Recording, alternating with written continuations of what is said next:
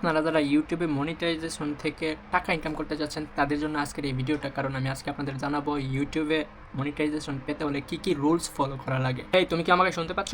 হ্যাঁ, আমি আপনাকে শুনতে পাচ্ছি। আপনি কি জানতে চান? 22 তারিখ 2025 সালের আপডেট অনুযায়ী ইউটিউবে কি নতুন রুলস আপডেট করেছে মনিটাইজেশন পেতে হলে? ইউটিউব থেকে আয় করতে হলে এখন থেকে কেবল মৌলিক ও নির্ভরযোগ্য কন্টেন্টের জন্যই মনিটাইজেশন অনুমোদন দেওয়া হবে। অর্থাৎ অন্যের তৈরি পুরনো ভিডিও বা রেডিমেড কন্টেন্ট ব্যবহার করে এখন আর আয় করা সম্ভব নয়।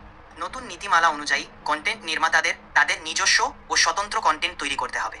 আচ্ছা, কোনো নতুন ইউজার একটা সাবস্ক্রাইবার থেকে শুরু করে সাকসেস অর্থাৎ মনিটাইজেশন পেতে হলে সে কী কী রুলস ফলো করলে খুব দ্রুত খুব সহজে পেতে পারবে, এই বিষয়ে কিছু ধারণা দাও। ইউটিউবে শুরু করতে হলে আপনাকে কিছু গুরুত্বপূর্ণ ধাপ অনুসরণ করতে হবে। প্রথমত, আপনার চ্যানেলটি সেট আপ করুন এবং একটি প্রফেশনাল প্রোফাইল ছবি ও কভার ছবি আপলোড করুন। তারপর নিয়মিত ও মানসম্মত কন্টেন্ট তৈরি করুন যা দর্শকদের আকর্ষণ করবে। কন্টেন্টের গুণগত মান বজায় রাখুন এবং নিয়মিত আপলোড করুন। 1. আপনার চ্যানেলে কমপক্ষে 1000 সাবস্ক্রাইবার থাকতে হবে। 2. গত 12 মাসে আপনার চ্যানেলে কমপক্ষে 4000 ঘন্টার দর্শন প্রয়োজন। 3. ইউটিউবের মনিটাইজেশন নীতি ও নির্দেশিকা মানতে হবে। এই শর্তগুলো পূরণ করলে আপনি ইউটিউব পার্টনার প্রোগ্রাম যোগদান করে আয় করতে পারবেন। নিয়মিত ভিডিও আপলোডের ব্যাপারে কিছু নির্দেশনা দাও, অর্থাৎ প্রতিদিন কয়টা করে অথবা সপ্তাহে কয়টা করে আপলোড দেওয়া জরুরি বা আইডির জন্য ভালো রিচ বয়ে আনবে বলে তুমি মনে করো? নিয়মিত ভিডিও আপলোড করা ইউটিউব চ্যানেলের সফলতার জন্য গুরুত্বপূর্ণ। সাধারণভাবে সপ্তাহে 2 থেকে 3টি ভিডিও আপলোড করা ভালো, তবে আপনি যদি প্রতিদিন আপলোড করতে পারেন তবে তা আরও ভালো। কিছু পরামর্শ: গুণগত মান, ভিডিওর মান বজায় রাখা খুব জরুরি। গুণগত মান ঠিক থাকলে দর্শকরা আপনার চ্যানেলে ফিরে আসবেন। 2. নিয়মিততা, একটি নির্দিষ্ট সময়সূচি অনুসরণ করুন। দর্শকরা যখন জানেন যে নির্দিষ্ট দিনে নতুন ভিডিও আসবে তখন তারা অপেক্ষা করবে। 3. মনিটাইজেশন নীতি, ইউটিউবের মনিটাইজেশন নীতি মেনে চলুন এবং আপনার কন্টেন্টের মান উন্নত রাখুন। আচ্ছা, শুরুতে আমার কথা শোনো। কোনো ইউজার প্রথম শুরু অবস্থাতে তো সে তারে তো ইনভেস্ট করতে পারবে না ভিডিও বানানোর জন্য, ব্যাকগ্রাউন্ড সাউন্ড ইউজ করার জন্য। তো সে যদি ইউটিউব লাইব্রেরি থেকে কপিরাইট মিউজিক ডাউনলোড করে ভিডিওর ব্যাকগ্রাউন্ডে সেই ইউটিউব স্টুডিও থেকে ডাউনলোড করা মিউজিক যদি অ্যাড করে ভিডিও বানায়, তাহলে কি তার আইডিতে কপিরাইট ক্লেম আসতে পারে? ইউটিউবের স্টুডিও থেকে ডাউনলোড করা ফাইল মিউজিক সাধারণত কপিরাইট ফ্রি হয়। ইউটিউব লাইব্রেরি থেকে যে মিউজিক আপনি ডাউনলোড করেন সেটি ব্যবহারে সাধারণত কোনো কপিরাইট সমস্যা হওয়া উচিত নয়। তবে কিছু বিষয় মনে রাখা জরুরি। 1. লাইসেন্স শর্তাবলী, ইউটিউব লাইব্রেরি থেকে ডাউনলোড করা মিউজিকের লাইসেন্স শর্তাবলী পড়ে নিন। কিছু মিউজিকের জন্য ক্রেডিট দেওয়া দরকার হতে পারে। 2. ব্যবহার, ইউটিউব লাইব্রেরি থেকে ডাউনলোড করা মিউজিকের জন্য কোনো অতিরিক্ত অনুমতি দরকার নেই, তবে লাইসেন্স শর্তাবলী অনুসরণ করুন। এভাবে ব্যবহার করলে সাধারণত কপিরাইট ক্লেম আসার সম্ভাবনা নেই, তবে সবসময় লাইসেন্স এবং ইউটিউবের আপডেটেড নীতিমালা যাচাই করে নিন। আচ্ছা, লাইসেন্স ব্যাপারটা আমি একটু বুঝতে পারি নাই, যারা নতুন তারাও বুঝতে পারবে না, তো লাইসেন্স ব্যাপারটা একটু ক্লিয়ার করে বলো বিস্তারিত।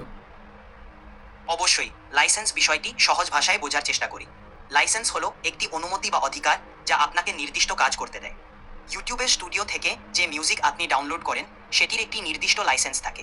এই লাইসেন্স আপনাকে সেই মিউজিক ব্যবহারের জন্য অনুমতি দেয়। কিভাবে লাইসেন্স কাজ করে?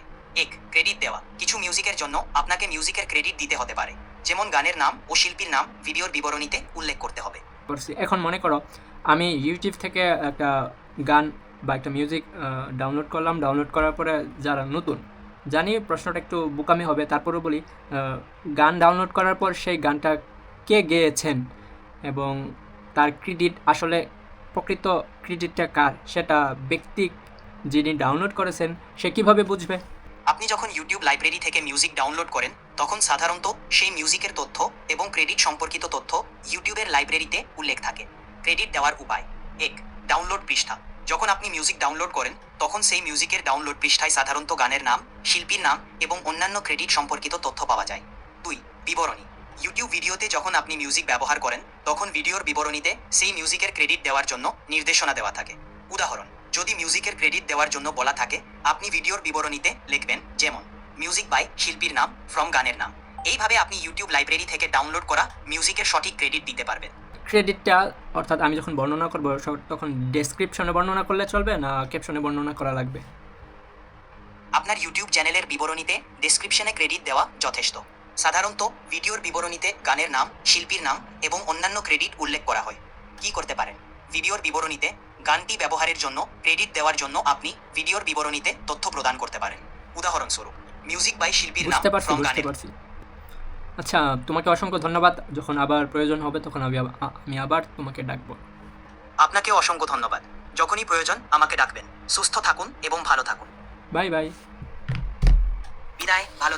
তো আপনারা বুঝতে পারছেন, ইউটিউব লাইব্রেরি থেকে ডাউনলোড করে সম্পূর্ণ ভিডিওর ব্যাকগ্রাউন্ডে যে কোনো ইউজার এটা ব্যবহার করতে পারবে। তবে এই গানটা যার, তার নাম উল্লেখ করতে হবে, তার যিনি গানটা তৈরি করেছেন, গেয়েছেন, তার বিস্তারিত উল্লেখ করে দিলে ভালো।